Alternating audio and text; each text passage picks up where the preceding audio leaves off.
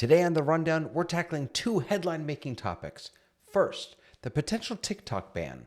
What's driving the push to restrict the app, and what could it mean for free expression and global tech competition? And second, Apple's big shift. How and why the tech giant is moving its manufacturing out of China, and what it signals for the future of global supply chains. Join us as we break down these critical issues with analysis and insights from our amazingly expert panel. Let's dive in. Welcome to The Rundown.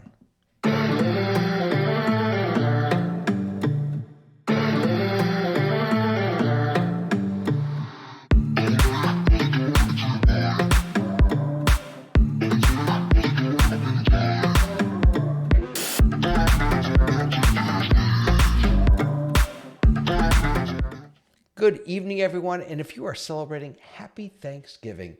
It is Thursday night, the 28th of November, and this is episode 6 of The Rundown. I'm so happy to see all of you, and I'm especially happy to have this amazing group with me tonight to discuss these two topics. And I want to just give a special thank you because starting last week, I think inspired by you, Dave, there's been more activity on the Google Doc since last week and this week, and I love that. I love it, love it, love it. And hopefully we'll get to some of those comments as well. I just want to very quickly make the rounds and say good evening to my amazing co-host Tamara. How are you, Tamara?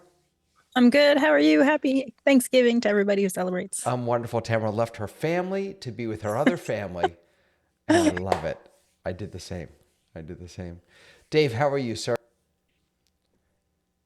Well, I'm doing really well. Yes, I ate dinner tonight. I had spaghetti, but we celebrate Thanksgiving a month earlier, so I've digested that a long time ago. And you ate spaghetti in 20 I come from degrees, a family of 7. 20 degrees? Oh, minus 20. Oh, my Lord. Yeah, it's minus 20 up here right now.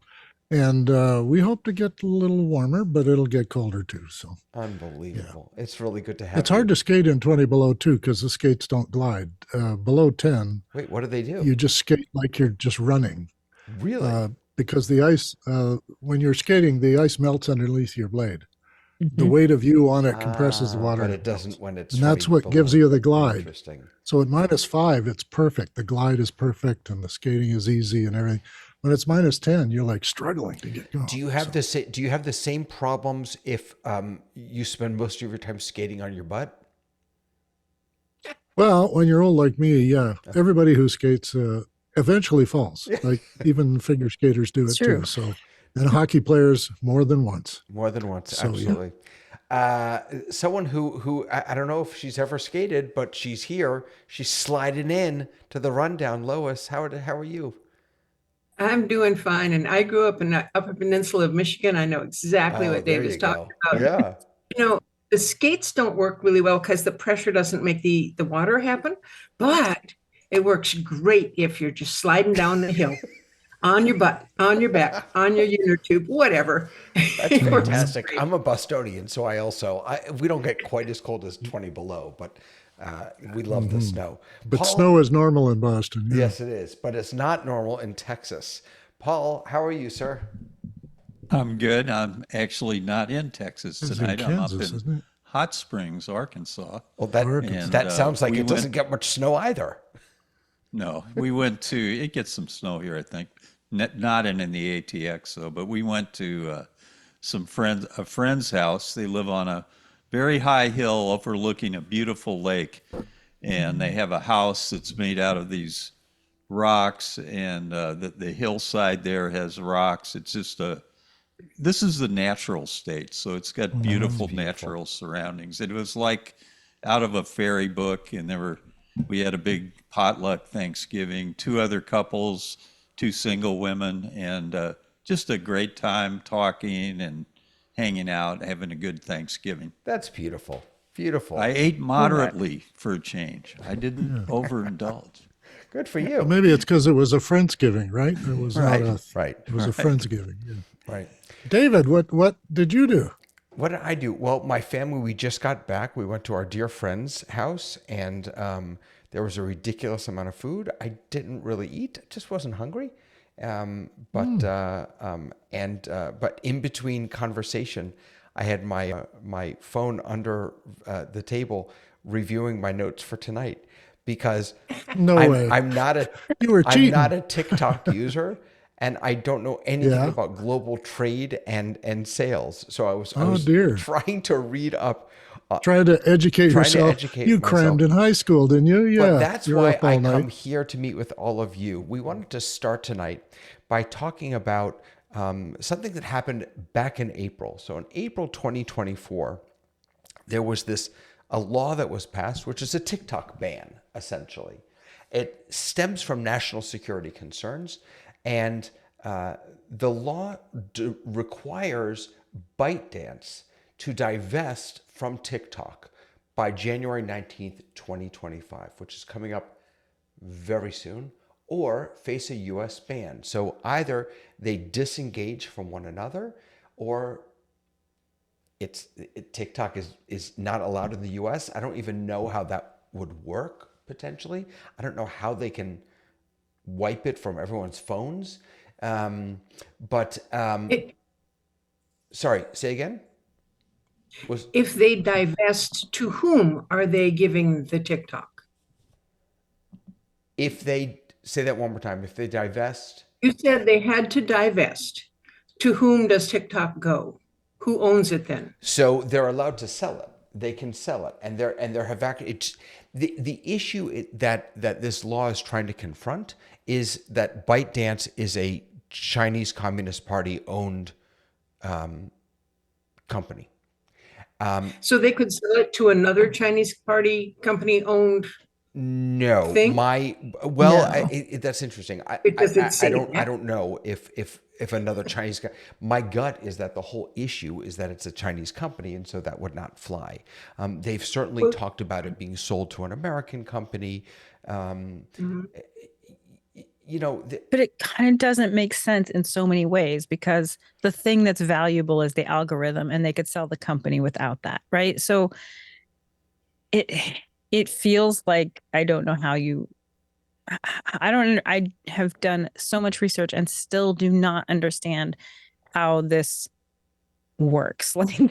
How do you enforce Like this? Yes. even if they sold it, like it's now not worth anything if they don't Mm. sell it with, right. which they wouldn't. Why would they Well, sell their proprietary? Well, Like let's why? Why would they do let's that? take a step back before we talk about Yeah. remediations. I want to talk about the issue and the concern. You know, I remember seeing it was widely all over YouTube about I guess it was the CEO of TikTok being grilled in a Senate Mhm. committee hearing, and I believe it was Senator Josh Hawley. I could be wrong about that, but he kept asking him, you know, are you Chinese? Do you have a Chinese passport? Are you connected to the Chinese Communist Party? Yep. Da, da, da. And the poor guy, he looked like a poor guy. Maybe I'm naive about this. Kept saying, "No, sir, I'm Singaporean. No, sir, I served in the Singaporean army." Like this guy seemed flabbergasted by the concerns that our government was raising. So I guess before we talk about remediations, my first question would be, does the rationale behind this ban make any sense? Do we have what to be afraid of? Lois, go ahead. And even if the things that they're afraid of, and the things that I see listed are a concern that it would access user data, manipulate the content, or engage in espionage. And those were the three things that were talked about why we should have a ban. But so many times you can have a logical reasoning and have the legislation written in such the way that it doesn't do what you expect it to do, which is why I was asking, if they divest, to whom do they have to sell? Right. You know, the concerns that you just raised, what I find somewhat preposterous about this whole scenario is the suggestion that TikTok is the only company that's doing all of this. I mean, talk about access to our personal information. How about Comcast or T-Mobile or Right. AT&T or Verizon or any of those? Now, of course, they aren't part of the Chinese Communist Party. They're not associated. So I understand that it's not the same, but nonetheless, I don't know. I'm struggling with the rationale behind this concern, and that Senate hearing, listening to what came across sounding like irrational fear of something that doesn't Yes, it is exist. irrational. Okay, Yes. go ahead, Dave. Yeah. Explain We've this. already dealt with this. You might remember a company made a thing called a BlackBerry, and everyone was addicted to the BlackBerry.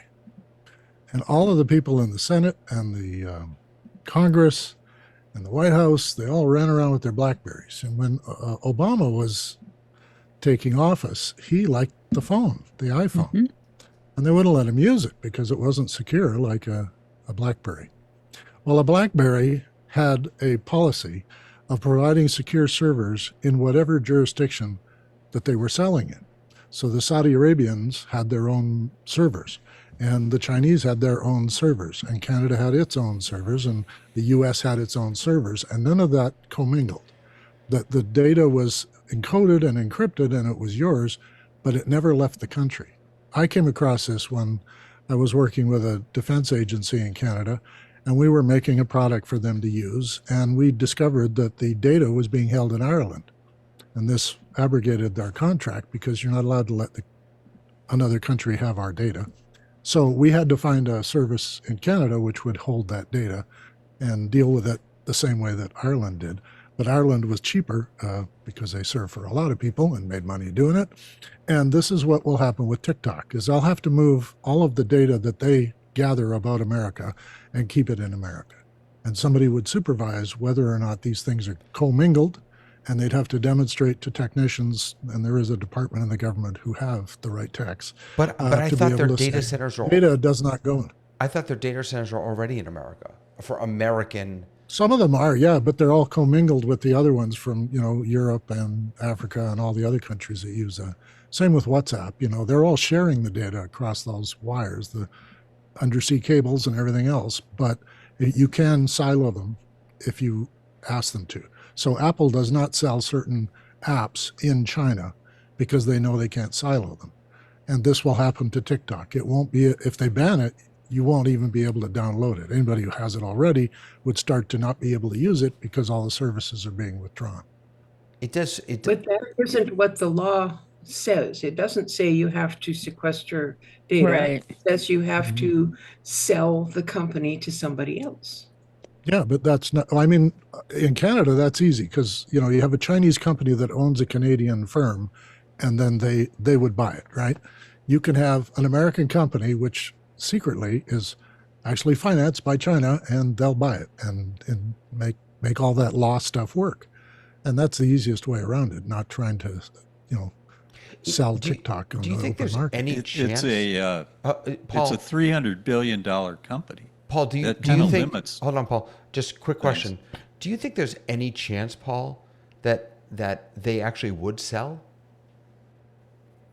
Yeah, I think so. I don't know. I don't have any information, but it's a $300 billion company.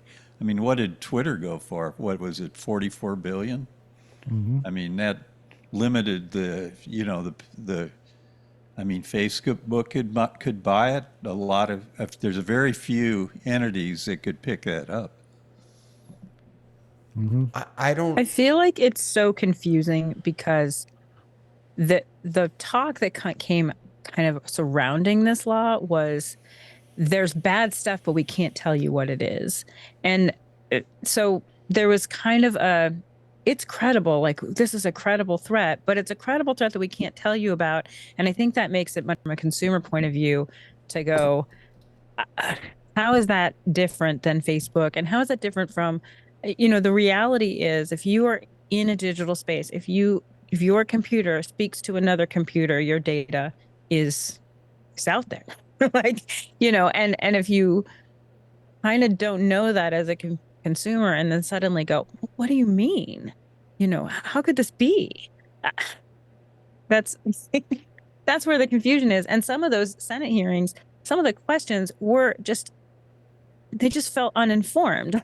They just felt like, well, you don't know the basics of how the internet works. And so you're attacking one company. And again, maybe there is a credible threat.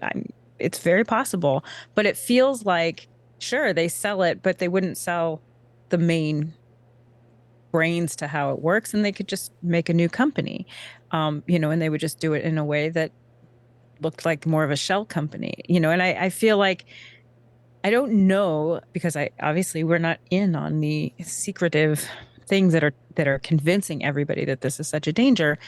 It- So we don't really know what the credible threat is. I'm assuming there is one, I guess.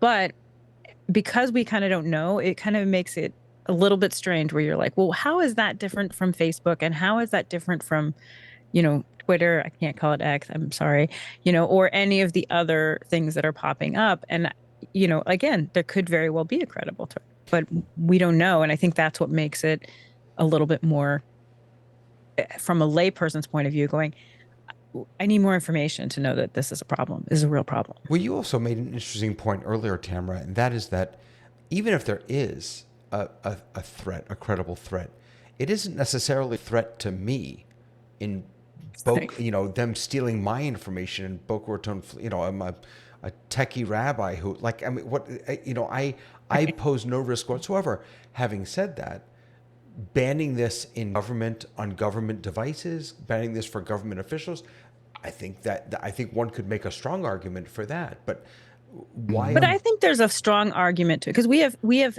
states in our country now that ban it on government devices. And the truth of the matter is, any place of employment can ban any outside software they want, and they should. TikTok, there's almost no value for most jobs to have access to it at work. There's almost none.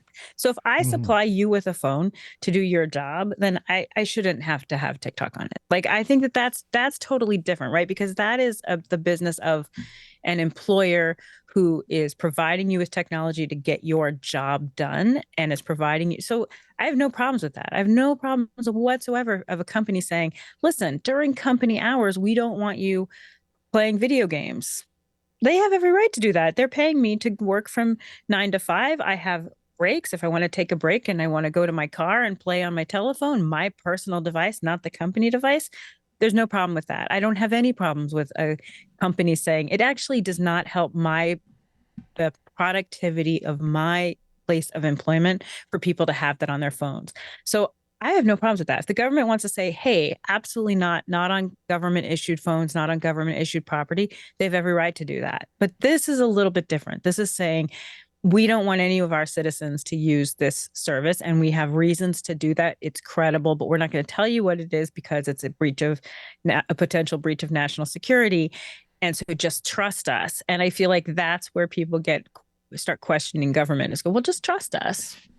Is this a censorship issue? Lois had her hand up. Oh, there. Lois, go ahead. So I am coming at this from a very naive perspective. Would someone please describe what the heck is TikTok and what does it do?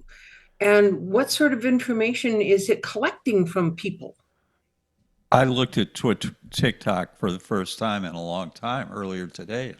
I thought, man, this whole thing from David is out in left field now. Now I'm looking at TikTok, and it's half beautiful women, luring you, and the other half is people selling you things. They're selling you products, and they've got all kinds of gadgets and gizmos and things that they make money on, and they're selling these. I think what's coming to a head is we've got these tariffs looming. They're talking about major tariffs on China.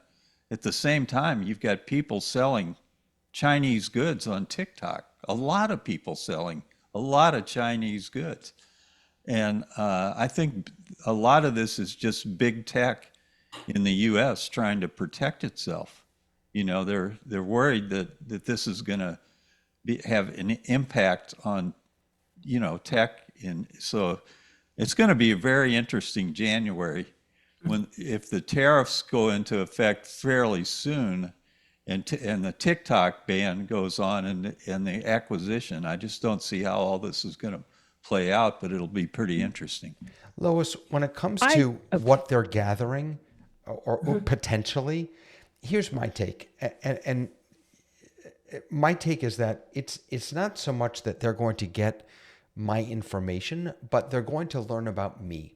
They're going to learn about my interests. They're going to learn about my proclivities. They're going to learn, do I pause on videos that are Democratic leaning or Republican leaning? Do I purchase from certain outlets? And that information can be turned, when aggregated with lots of other folks, can be turned into a really powerful tool to influence. That's my guess about part of the concern. Yeah, I mean, I think the algorithms. So I hated TikTok and I made fun of people who liked TikTok. And now I love TikTok. So I'll tell you what TikTok is. Because when I first heard about it, I was in a writer's room and people were like, TikTok is so amazing. And they're like doing these dances. And I thought it's just a bunch of crazy dances and challenges. But then when you get onto TikTok, and this is where it is so powerful, is that TikTok's algorithm really does cater to you. More so, I think, than anything else, because it's basically short form content produced by average people and not produced by big corporations. Matter of fact, you can kind of tell the big corporation content because it's actually not very good. It's not TikTok. It's not really TikTok Not health savvy, healthy. yeah. Because the truth is, TikTok is like, it's ultimately story driven because people take their cell phones and they're having a bad day and they had a run in at Target and they go to their thing and they tell a 10-part story and people watch and go, oh, I've had that experience, and they're finding shared content. So that where that becomes very very powerful is that the algorithm, as you're swiping up and down and you watch a video and you watch for 3 seconds, you're like, that's not for me. You swipe up and you get a new one instantly. And you just keep swiping through. It really does cater to what you're doing. As a theater producer, you can imagine that who develops musicals for off-Broadway and eventually, also TV and film. My TikTok right now is Wicked. Literally, I can't even go like one thing without it being complete Wicked content. And it's like, I've watched one thing, I may have read a comment, and then literally, if you interact with someone and you watch their video to the end, the next video will be something else. The very next video will be someone from that person to above.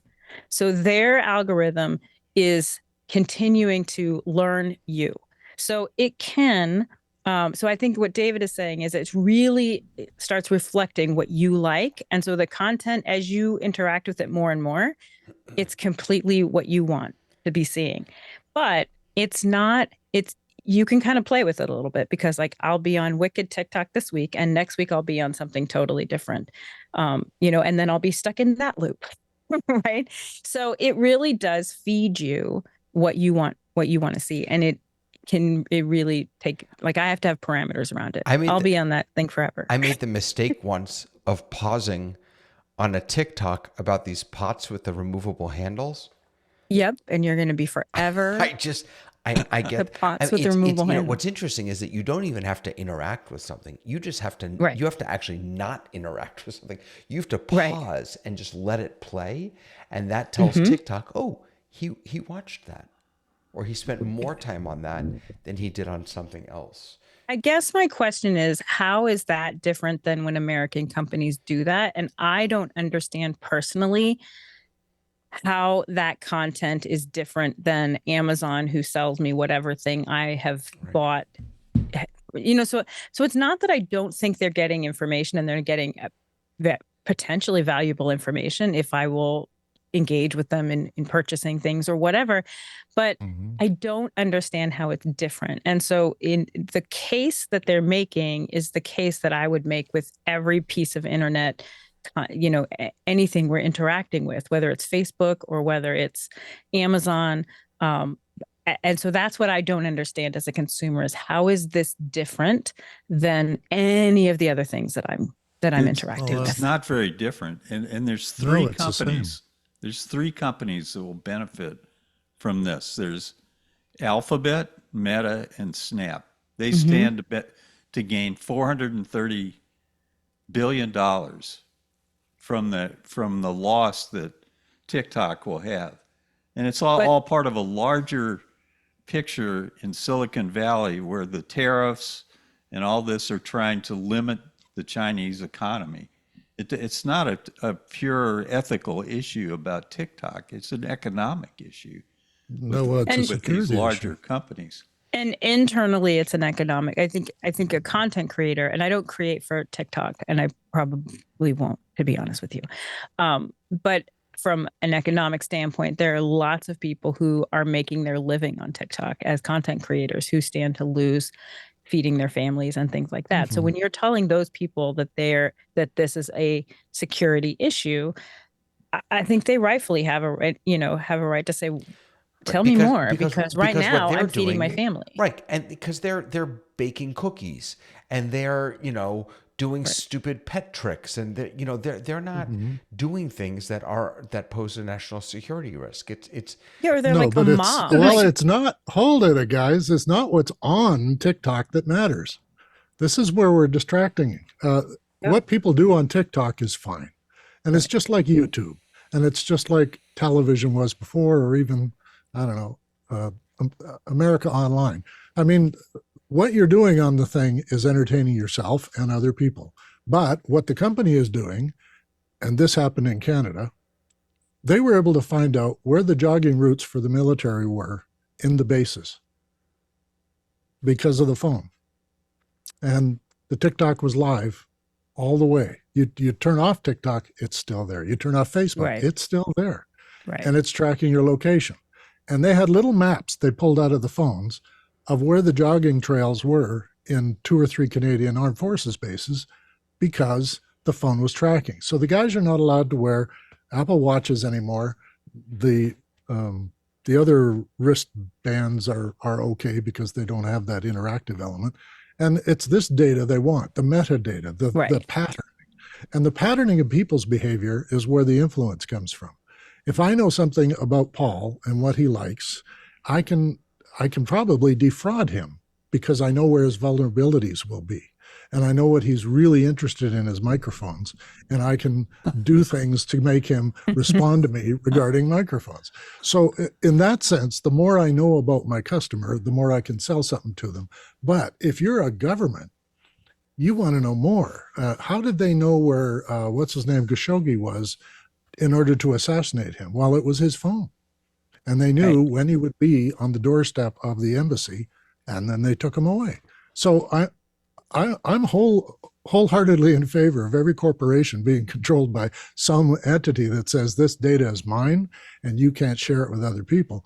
But that's not even the issue for me. The issue is that my country will be at threat if every citizen is having fun with TikTok without realizing the trail of Right. breadcrumbs they're leaving behind that later, should we have a conflict with China, could be used against us. Lois. We don't have any conflict at the current time, so everything's good.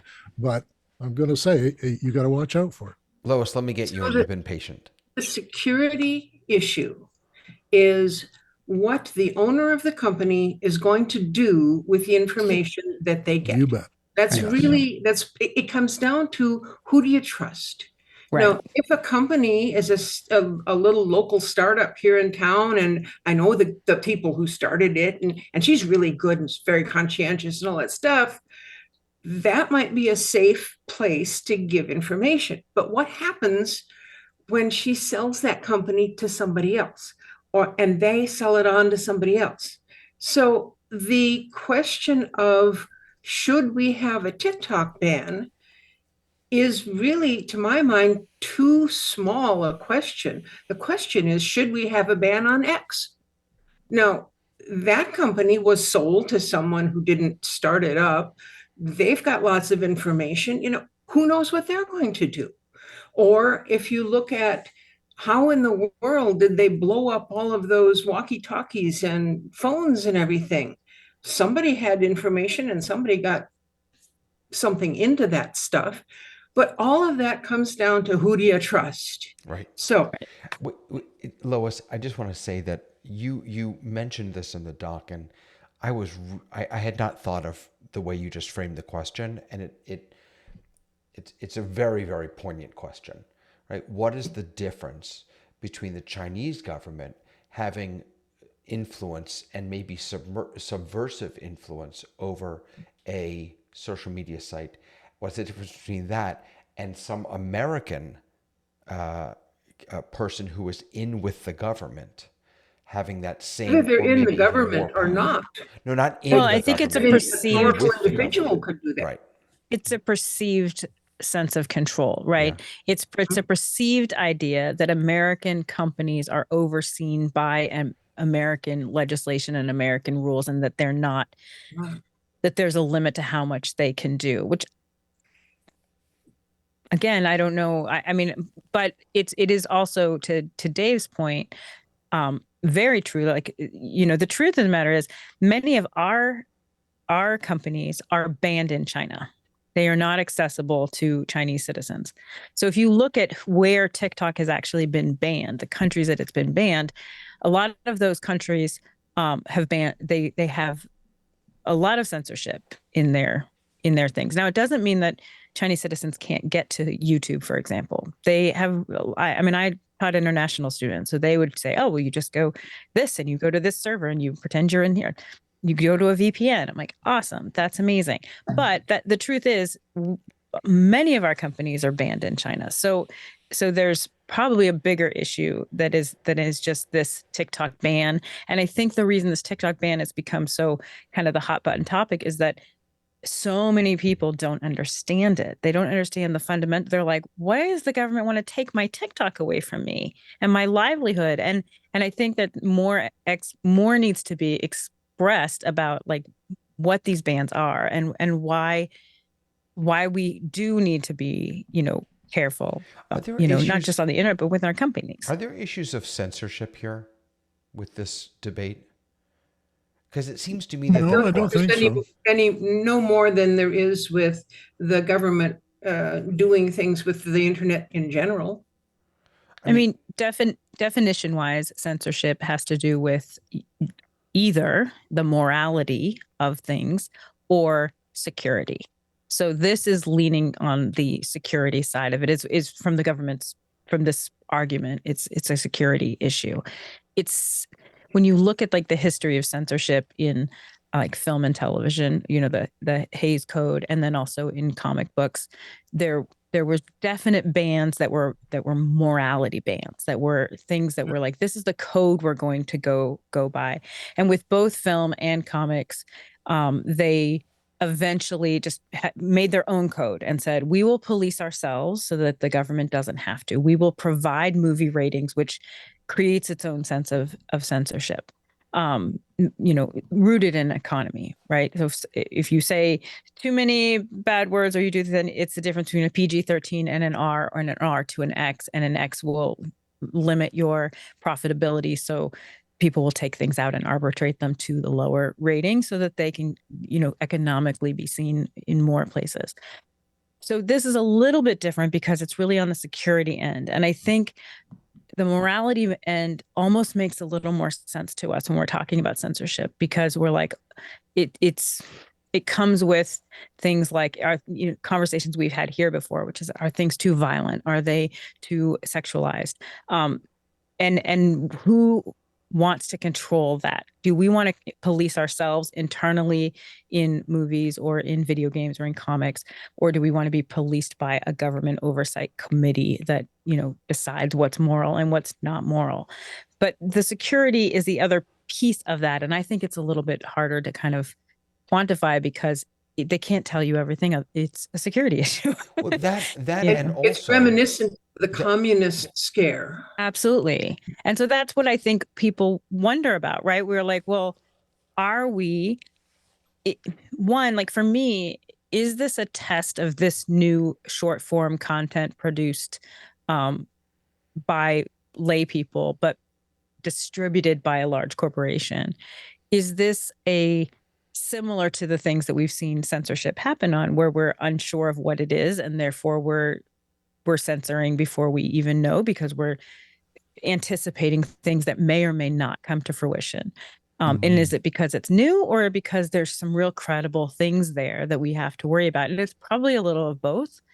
And it's, I think, because it's so confusing, and the way, the clips that have come out of where it just seemed like the people asking the questions didn't understand how the internet worked. Like that's a problem Well, that's been for for regular years. people to go, yeah, I Yeah. really think you're onto something, and they may be onto something. So that's part of the problem, I think. I think the problem that I have with the idea that there's some sort of what do you call it? I just lost the word.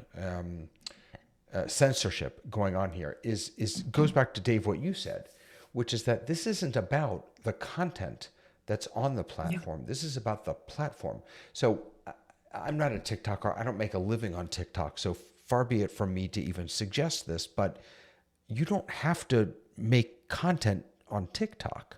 Like if TikTok does disappear, you can shift to Threads, to X, to Facebook, to YouTube. And high Longville content creators have, like they've got multiple outlets of where they're making their money.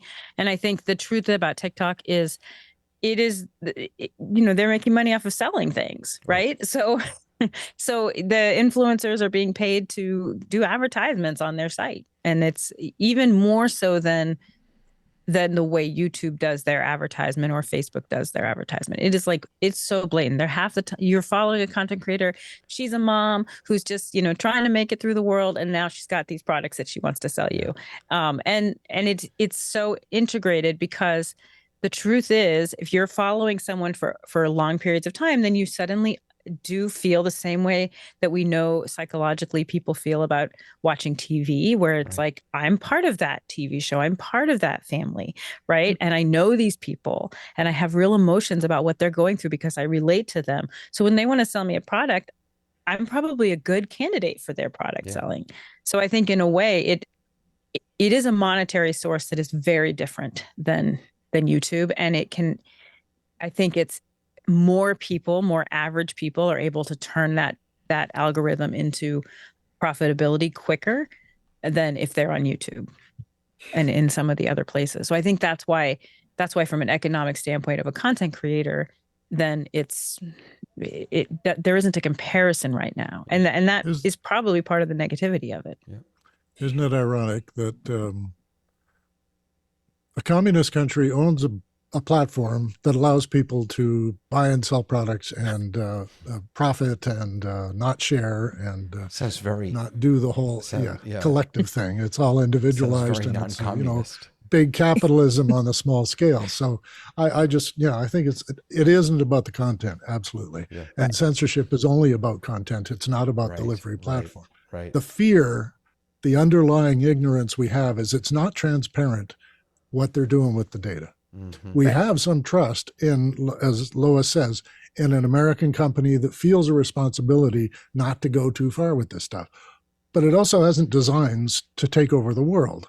And when you have a country, take Europe, they don't like what Apple's doing or what Google's doing, and they're putting legislation in place to bring fences around or guardrails around what they think is a good community that they want to preserve, and they're doing what they can. And the companies will find, as Tamra correctly says, if it's not profitable to do it in Europe, we'll scale it down until it is.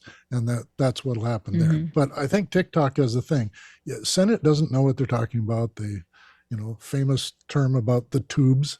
And they've been trying to educate them for years, and they're just not getting it because, of course, it's advantageous to be in conflict. Last word to you, Lois. One thing we haven't talked about is the manipulation of content. Everything's fine, everything's good, but now something's coming up and the owners want us, the users, to have a certain opinion or to act a certain way. And so putting out extraneous content or divisive content or misleading content or whatever would be very easy. And it would be very easy on lots of these channels. So maybe that is one of the real things to worry about. And we should worry about that with American companies as well. Absolutely. So that's the thing. That is not, we want to say it's them over there, but we have to really take stock in what's happening across all countries and all content providers. And Canada is watching. Canada's watching you guys. Absolutely. We'll let you know if you're going too far.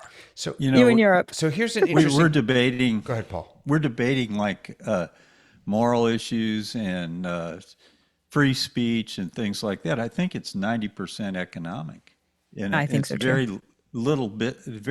little to do with these moral issues and ethical issues.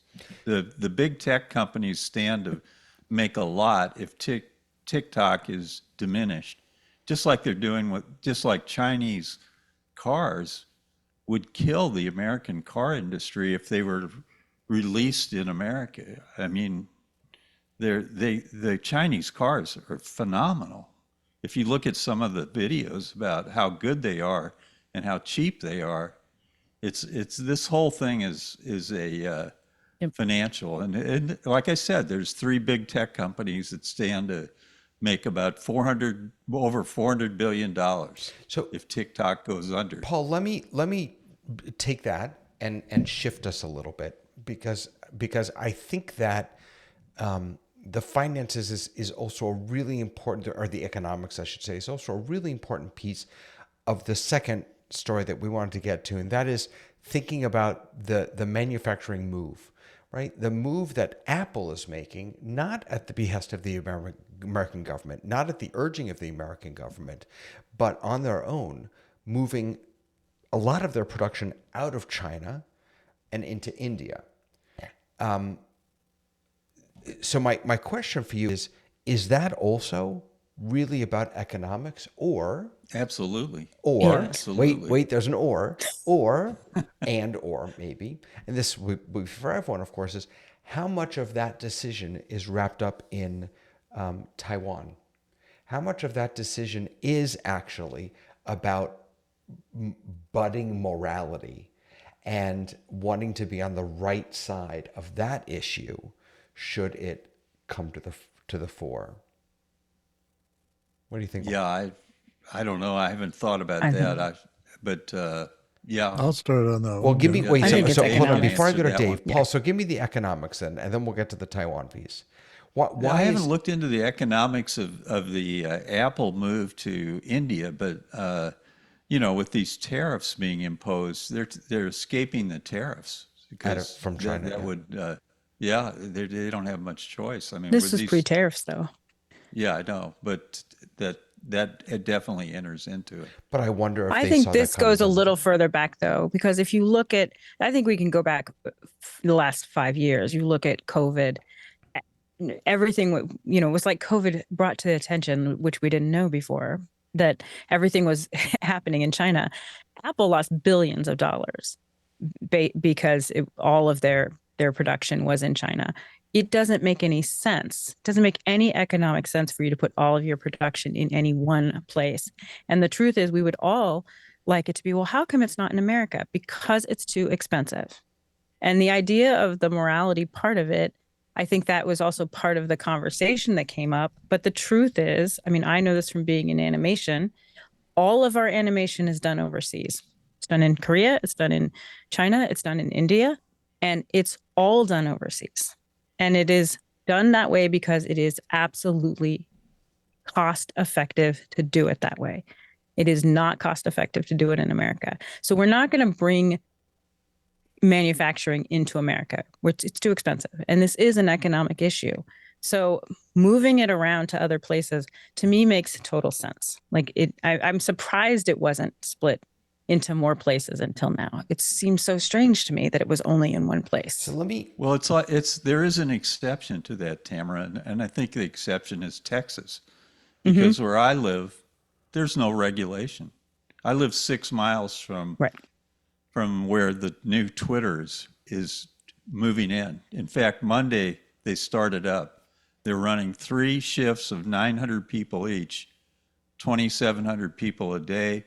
We've got the Tesla plant with the one of the largest AI clusters in the world starting up, and it's like a incredible amount of activity, and companies can afford it because there's no regulation. Absolutely. There's and no your minimum taxes. wage is $7.50. Well, the Tesla Right. people, they make $20 and $30 an hour, but depending on their level. But the Yeah. truth is, you have a much more economic, like where I live in California, our minimum wage is 17.91, I think, in Los Angeles now. So there's a huge disparity in America. You're right. There are lots of places that, and there are also tax incentives that various states will offer, but it is not to the pennies that it is overseas. Yeah. I mean, it's completely different. Dave, did you want to jump in on this? Well, I mean, we've lost the Taiwan thread. No. I want to bring that back. We'll come back. Well, We'll come back to that. Reel us back in. Bring us. I'll take Get you us back to Lou Dobbs. Everybody know who he is? Oh, yeah. Yeah. Used to be a CNN correspondent, but now he's a Fox correspondent. And in the 80s, he did a business show. And the business show was so popular that CEOs would appear on it to talk to Lou. And Lou found himself asking them, why the heck are you moving your factories to China? Like, where are you closing Indiana and giving it to China? And they went through this whole story of this and that. And then Lou would say, well, isn't that a security risk? Like, if they're making our stuff and then they stop making it and they won't give it to us, what are you going to do? You're going to go over there with an airplane and guard the place? Or are you going to have to take it all away? You're not thinking long term here. You're just like, the other thing that he uncovered is that the labor cost argument was wrong because they weren't counting on shipping. They weren't counting on storage, unloading, loading, the manual work that is, and now it's, of course, a lot more mechanical and robotic, was easier to do out of China. And China went out and built more ships, and they got themselves to virtually, there are only 4 shipping companies now, and China is one of the biggest. So you have that going, and Tamar's right. This all came out of the woodwork. It was there the whole time, but we didn't notice it until a ship went sideways in the Suez. And we didn't notice it until the toys weren't there at Christmas because they're all made offshore. They can't really onshore it because since the 80s, an entire generation of people have grown up that want to be in the knowledge economy. They don't want a manual job or a putting things together job. And they also have, their hands are too big. They need tiny women with tiny hands to put the tiny things together. And this is true. This has been documented. They hire for size of hand and, of course, speed of operation. But we're all just looking at this from 30 years, 40 years later saying, what happened? Well, all the people who were smart didn't get an education after 1980 to have the skills to do the kind of things that they're doing in China. I think Alex was the one who talked about how if you ever want vacuum formed plastic, go to Japan. They are the world's best people at doing this. Nobody in America can do this, not just because they don't have the gear, but they don't know how to do it. They don't even know the techniques that the Japanese have developed. The other thing is the machines that make chips, the machines that go to Taiwan to make chips are made in Germany. Mm-hmm. Who knew that? Well, I'm an investor in things, and I read up a lot on Dave, investment in this area. Why aren't the chips made in Germany? Exactly. They make the machines that make the chips, but nobody in Germany is engineering trained to be able to make microchips. I have a relative now, an in-law, who is a chip maker in Israel, and she travels the world because her company has chip making facilities around the world making their stuff. And she's the engineer who has to go in and tell them the quality control issues and these things aren't right and your yields are too high. And all of that stuff is what she knows how to do. She's a very valuable person, but she won't work in America. We have a huge, gigantic chip making presence here in Austin.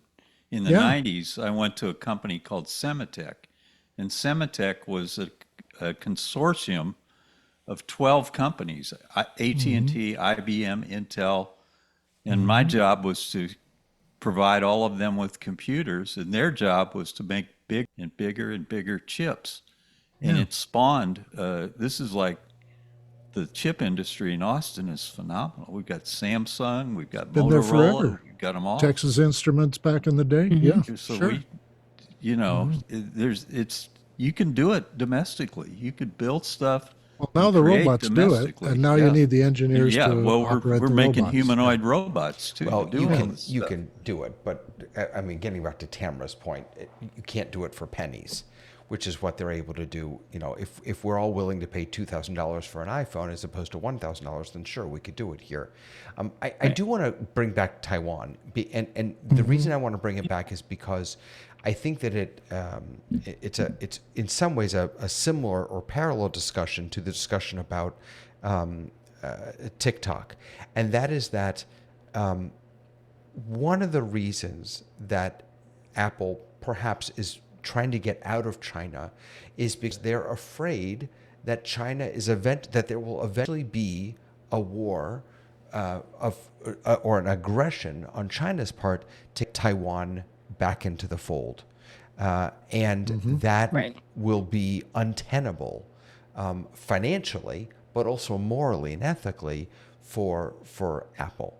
They may be able to, they may be okay with children with small hands, as Dave said, making our chips. But aggression on China's part against Taiwan, that would be a bridge too far. And so they are hedging their bets. The small hands are assembling the parts. They're Sorry, not the making parts. the chips. Sorry. They're not Sorry. making chips. So they're no. hedging their bets, Yeah. right? And they're trying to get. Yeah. Now, I'm not sure that moving to India is any better. I mean, I'm sure that there are a lot of problems in every country. Regulatory issues Right, and there cultural certainly are issues here, too. but To Paul's point about Texas, that's Taiwan. Now, you got to know that in the Asian countries, the governments are not only participants, they're part owners of these companies. Right. So they give Which is the problem with TMC TikTok, right? TMSC gets subsidies from the government of Taiwan to be able to sell internationally and ship that stuff out and bring the money back to the government. And Japan is the same way, and so is Malaysia and Singapore.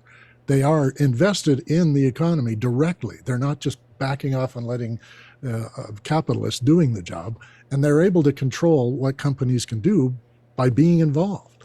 Germany has a mandate to have labor representatives on every board of every company so that labor has a voice at the table. We don't have that here in Canada yet, but they're talking about it. And I think, yeah, a regime like Texas where they're letting them decide for A themselves. regime and like let them- Texas. Regime. They're all regimes, aren't they? To Right. some degree, they tell us how to, where the stop signs are going to be put in, and I didn't get any input for that. So, in the sense that it's a participatory thing in Asia, it's not unusual for China to own the company. It's not really unusual. Well, and I think the Taiwan thing is very valid because the truth of the matter is, as a country, we have a China one policy out loud, but also as a country, we believe that Taiwan is a democracy. Right. And so we support that. I remember having a conversation with a Chinese exchange student where he came to me and the other ESOL teacher and was like, I want to talk to you. And I'm just like, okay, tell us what's going on. And he's like, what do Americans believe about Taiwan? And we're like, we said that, and he was so devastated. Like, he wouldn't speak to us for weeks. We're like, listen, you asked us, we were honest with you. But I think that from a company point of view, that has to be part of the conversation, right? Because being stuck in the middle of a war and being stuck in the middle of something that is that delicate, it doesn't help you as a business. And at the end of the day, this is an economic issue. We need to make the parts in the cheapest way possible so that we can keep costs down. And all of those things are just true. Like, that's how business functions. Like, that's how it's able to be profitable. So, I think all of these things come into play. We don't care that, and we do in our heart of hearts, we do, but we don't care that there are questionable labor practices until someone brings it up, and then it becomes something that we have to care about. That was we gonna don't be my care about it next for a question, really by the long way. time. Yeah, because we haven't talked about that with China. Go ahead, Lois. I hope I'm not stepping on anybody's toes here, but you're talking about a government owning part of companies. And in a democracy, that doesn't happen. But Trump is Well, coming you to can't the say White that. House. Hold it. You can't say Trump is- that. Trump is coming. Democracy does not have to do with it. Right. Yes, it does. Yes, it does. No, Japan is a democracy. So is Canada. And we have crown corporations. They're called crown corporations because the government. In Japan, if you work for Mitsubishi, you're also working for other companies when the government says so. So it really is like that over there. And they're not really big on entrepreneurism. But go ahead, Lois. It's not like that here. Right. Your point Right. was I'll say My here is point- fine. My Yeah. point is that that may well change. We now have the richest man in the world who's going to be a government official. We have Trump, who's, run a lot He's of Trump. companies. And who's to say that we aren't going to have the same kind of, perhaps not government interference, but ownership by people in the government? It's a fair point. Just as a point of clarification, technically, Musk will not be a government employee. He won't be heading up a government agency. This is an extra government agency. This is outside. It's just a commission. So I just At the moment, it's extra government. right at But the moment. Right. this whole regime coming in is, I think, going to be extra government. No. So Yeah, it's Doge. That's what it is. Right, it's Doge, right. That's what it is. I want Department of Government Efficiency. Right. I want to, which by the way, in theory, does not sound like a terrible idea. But in any case, Government's not supposed to be efficient because if it's efficient, it's fascist. I'm sorry, but that's how you make Well, yeah. an efficient government is by having absolute authority control. And that's not helpful. So let me ask you this then. So I want to pick up on Tamara's point about worker conditions and harsh working conditions. And to what extent should a company, we know that companies prioritize profit over ethical considerations. Can it be the government's, can one of the things that the government does be to force companies to even that out a little bit more so that ethical considerations aren't just brushed under the rug? Lois, what do you think? If the company is in America, I think then government regulations get enforced. But if the company is not in America, then it's the government of wherever that company is that has rules and gets to enforce them. And all we can do is, as consumers, say, I don't want to buy things that were made in a slave situation or a sweatshop or with child labor. And then the question is, how do we know? I think it's very generous to think that regulations are actually enforced here in America against major corporations. I do too. But the point is taken nonetheless. We have a better shot. Can I of it bring here. up 1885? 1885. It's a good year, I remember it. 1885. I remember it well. Remember it well? 1885, the Supreme Court of the U.S. decided the corporations were persons. It was a fight between a railroad and a Santa Clara County. And they were able to be told that the government can't touch me because I'm a person and the 14th Amendment protects me. And that ruling has taken ethics out of the corporation totally. In Canada, we have a charter for each corporation. I was a corporation. And the charter can be taken away if you don't behave well. And they'll just turn off your company and you can go to some other country and do business. But if you're not going to behave well in Canada, they have the power to do that. Now, to your point, Dave, about what can they do? Well, I think not so much in terms of trying to regulate how companies work. I think they should regulate how companies are financed. And the short-term investment concept, which came out in the 90s, the quick buck, the fast trade, is now corrupting the whole process. The shareholders want instant return. They want quick turnarounds. Every quarter's got to go up, and they can't have morals to prevent that from happening. Not every. I have a solution, but it's called the Tobin tax. That is, if you don't hold your stock longer than 1 year, you pay a higher tax on that income when you do sell it than if you held it for 5 or 10 years, and then you wouldn't have to pay any tax on it. I thought corporations became people back in, when was it? When just recently, the Supreme Court passed. Nope. When they said corporations have free speech. What was that? Oh no, that's Citizens United. That has to Yeah, do with political speech. Yeah, no, this is about being persons Right. under the law, and it's protected by the 14th Amendment. Yeah. gotcha. Okay. I think Yeah. Lois is right. As consumers, if we say we don't want to interact with companies that have, that do bad dealings, then that is really what is driving some of these decisions. It isn't out of altruistic, moral findings. It really is. This is going to affect my bottom line. And, My happiest story was hearing Tim Cook tell an investor in a meeting, the investors' general meeting, and a guy got up and said, "I don't like all this green stuff you're doing. That's wasting money. It's not going into the dividends." And he said, "If you're not happy with the way we do business here, you sell your shares and go buy shares in a company you are happy with." And the guy had to leave because he wasn't going Right. to take it. Yeah. So Again, there may not be morals, but there may be pressure put on by people with morals. right. yeah. I'm not, that, But it works both Dave's ways, not David. convinced. no, I know. It Good just, morals and bad morals. that doesn't give me hope. And I No? fully understand that asking the government or a corporation to do what's right is naive and silly. And yet, there are glimpses of them trying to do what's right. I mean, Apple moving its production is not only financial, I think, it is also wanting to stem the possible real problem of China's aggression. That I think is an ethical move. I think that some of the stuff that yes, I understand that it benefits their bottom line, but some of the health things that Apple does, that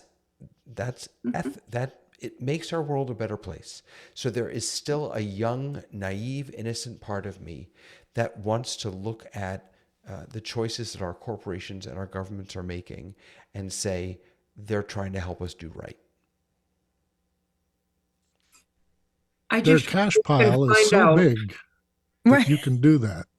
I just The hope we can cash pile find that out Apple what people are has, doing. Yeah. Lois, Yeah. go ahead. I'm sorry. they can afford to do it.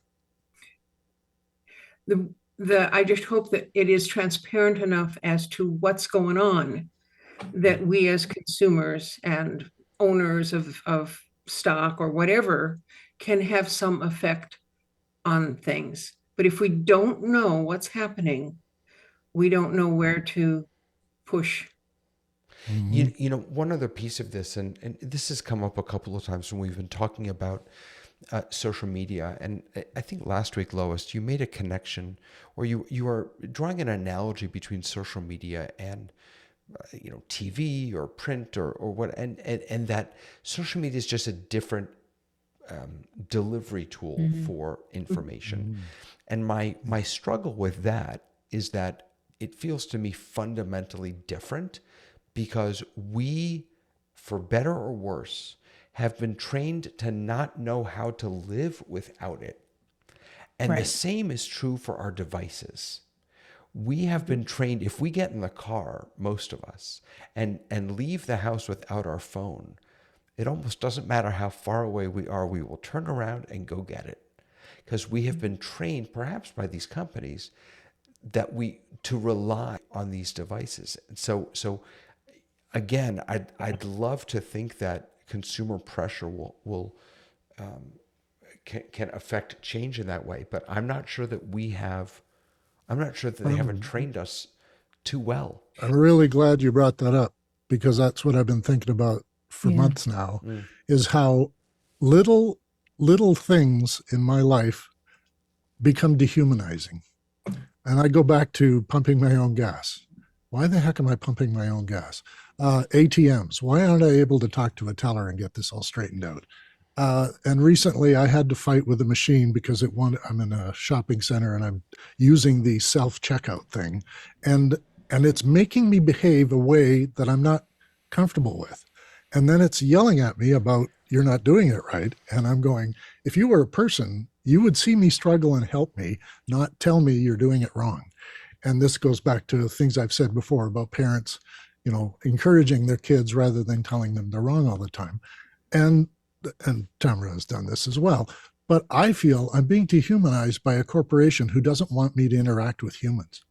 Right. And this is going on all over the place. Now, we're in a cashless society now, so I don't even have to say anything. I just need to tap my card on it, and nobody talks to me.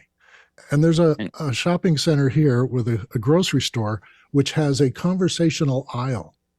The guy is there to chat with you while he puts your groceries through. Amazing. And you can take as long as you like. You can talk about whatever you like. And the people who are in the line know this because they chose this line to talk to that guy. It's hilarious, but we're not getting human contact. We may as well fight for it. And I think it's our personal responsibility to say, no, I won't do this. I won't shop here because you want me to do all your work for you. Yeah, sorry. Yeah. But it's I agree with that. It's not always, Dave, that some company wants to dehumanize you. In fact, one of the reasons I really like Apple and the Apple company is the way that they treat their employees, the human interactions. If I bought an iPhone, I bought a computer, whatever, if I have a problem, I can call up and I hear a human being. I talk to a real person. That's one of the companies that does have human interaction.